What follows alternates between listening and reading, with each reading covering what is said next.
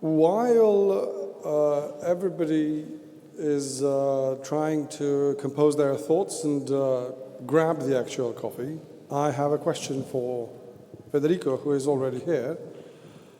I'm terribly sorry I had to miss the first part of your lecture. It was on some urgent business. But obviously the most fascinating part for me is the last part of your talk, which I did not miss, when you talked about the three Vergeri brothers. Unfortunately, I came a little bit too late to totally grasp the weight of your argument. But I have a comment. Or let's say I have an observation from which I hope to develop a question for you. You see, up until recently, Vergeria was, let's say, a bit of a mystery for Slovenes and in Slovenia. And in fact, about 20 years ago, a little over 20 years ago, there was a scientific meeting in Koper organized by the then research center, the Scientific and Research Center of Koper, where, I don't know, there were about 20 people discussing Vergerio. And the group was comprised of only two Slovenian participants of the symposium, one of whom was interested in Vergerio primarily as a Protestant writer, right? No surprise. No surprise there, yeah. I mean, no surprise, but in all honesty, it is just one part of his life. And when I was browsing for what can I find about the man, I saw that, well, the Slovenska biografia, the Slovenian biography, we do have an article about Vergerio, but it was much shorter. It's not a bad article, but it's a pretty old one. But it's much, much shorter than anything you can find on him in Italy and also in Croatia. So what would be your take on that? Do you have an explanation? Well, I think I might,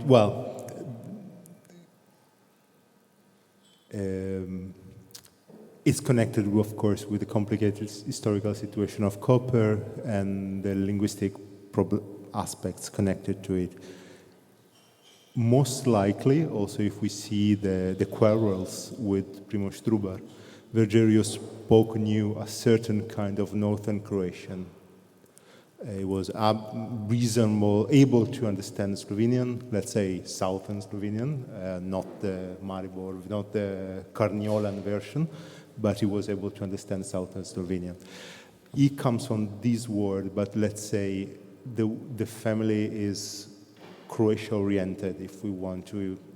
It's a bit nonsense, but so his brother becomes a bishop in a part of what is now Croatian Istria.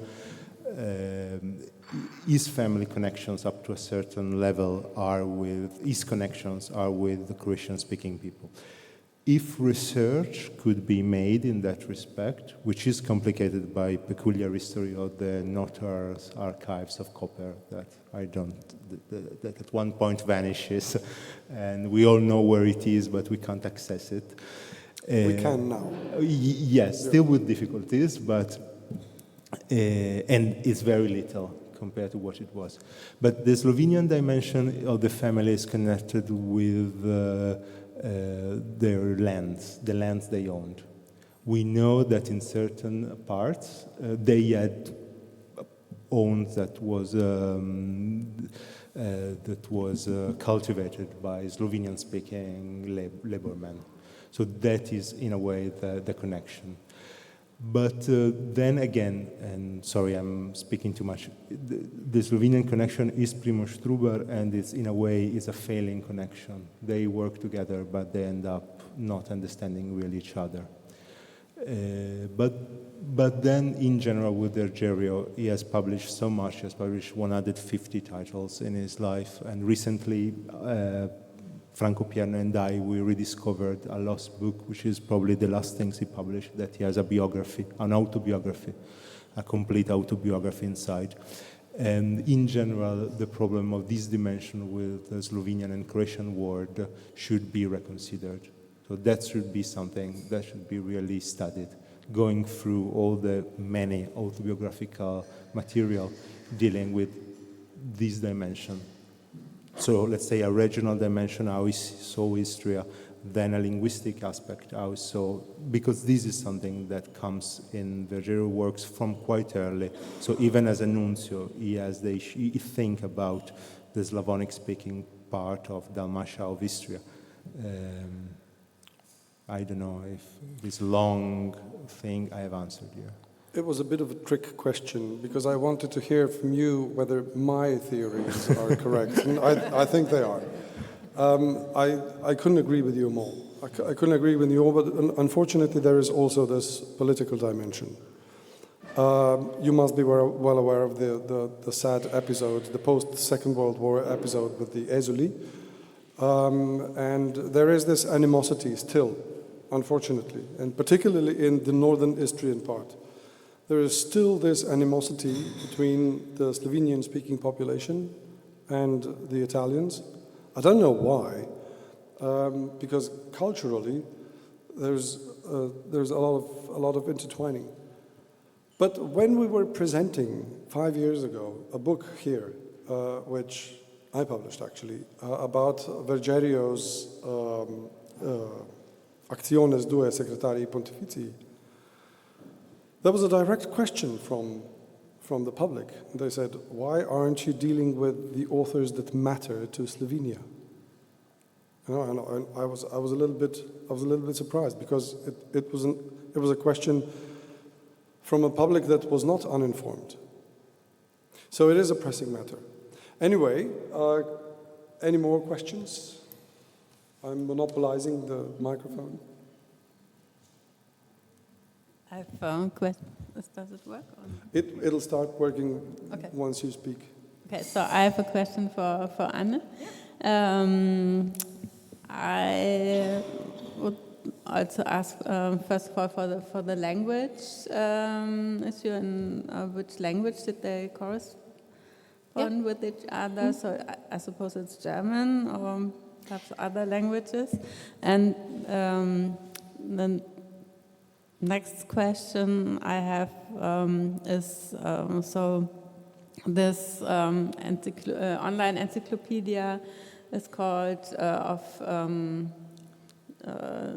nationalism in European romantics, and of course they study their own folk traditions mainly, but then they have this huge network and exchange, and does nationalism play any role in their scholarly exchange?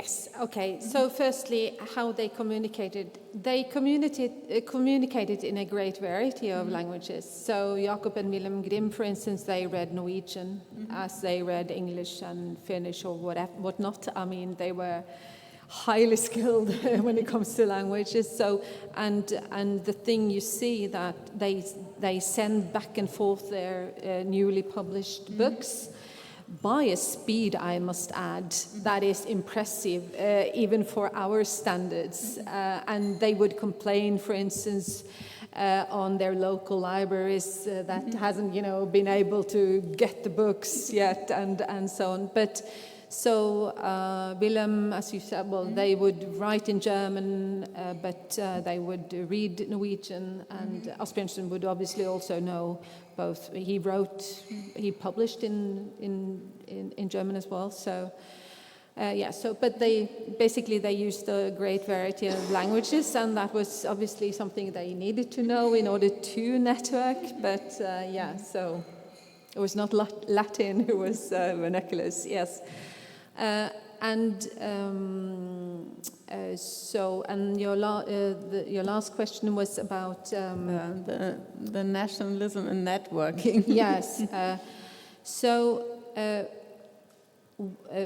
what is very interesting is to see how they, for instance, develop theories as to, for instance, narratives, right? Inspired, of course, by the very early theories of Jacob and Wilhelm Grimm, and also to develop further ideas both about legends, fairy tales, the spread of narratives, and also for the benefit of the political projects that some of these networkers, of course, had on a national basis. So I would say that the development of theories and perspectives were highly intertwined with cultural and political questions also, and that is, I mean, later on you get the Finnish theories by Krohn, geographical methods for dissemination, right, of narratives and such. So, and that was, of course, also, yeah. So it was highly political in a way, yeah. Mm.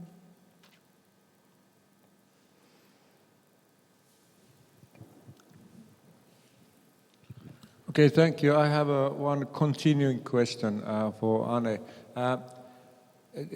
Do you have any kind of impression that since Norway, as many other Nordic countries, well, not Sweden perhaps, probably, but also Finland and Iceland, were sort of a peripheries of Europe at that moment, still in 19th century. Although Asbjørnsen really was connected to this Republic of European Letters, and he had these networks and connections. But did you see that, was he really in this first heart of the Republic of Letters in Europe? I mean, as far as I have studied Finnish elites and this kind of a Republic of Letters, mostly authors during the late 19th century.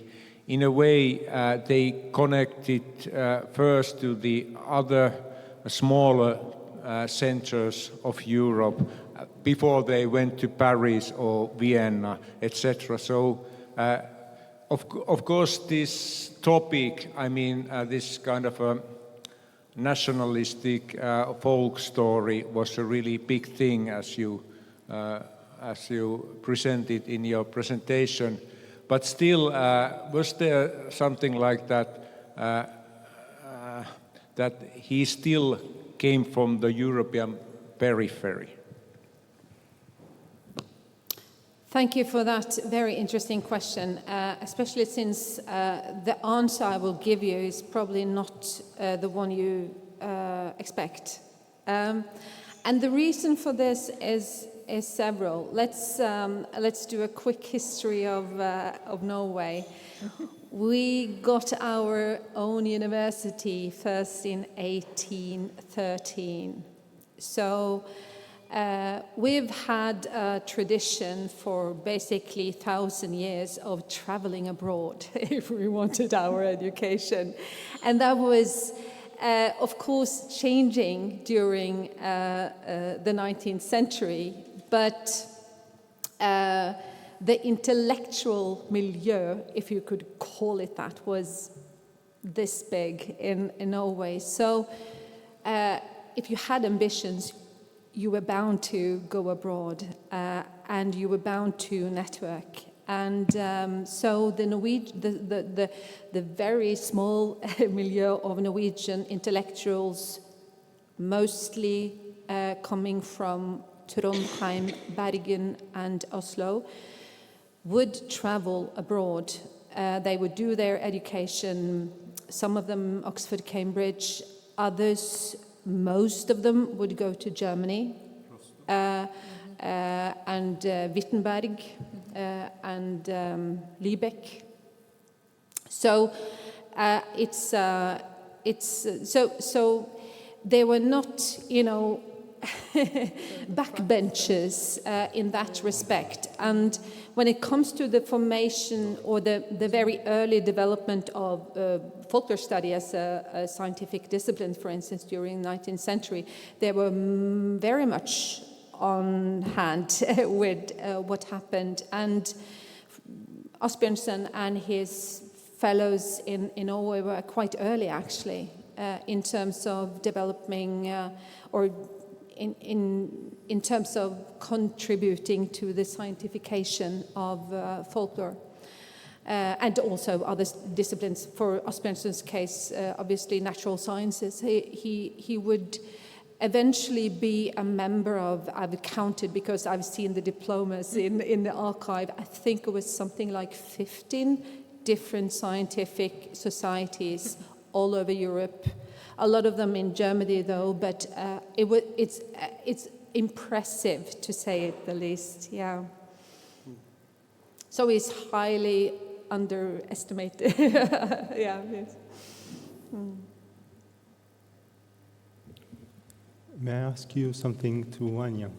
And maybe I was knocked out by my own presentation and I didn't get that, so in case, forgive me. But going to Vasari, to the Vita by Vasari, you definitely know better than me the Charles Hope discussion on how the Vitae are put together, and that of course is not all Vasari, and we can see these different levels. And so the Dürer's Vita, what do we know of how it was put together? Is it something we can?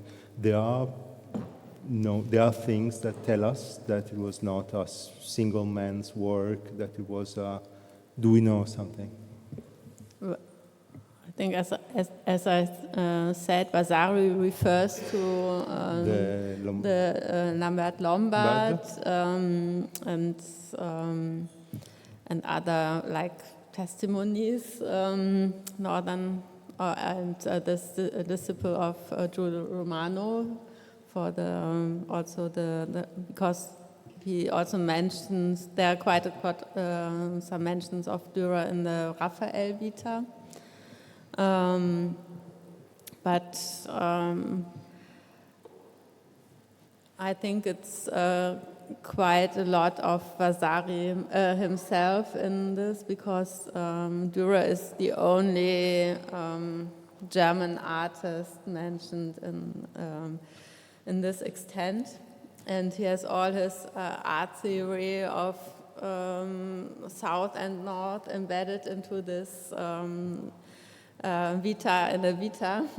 So I suppose it's not only the account of Dürer's life and the description of his works, which Vasari owned himself in his print collection, but a lot of really art theoretical discourse between South and North in it, and he develops his own theory. Like if Dürer would have been born in Italy, he would have probably been the best artist, or even at least the best printmaker.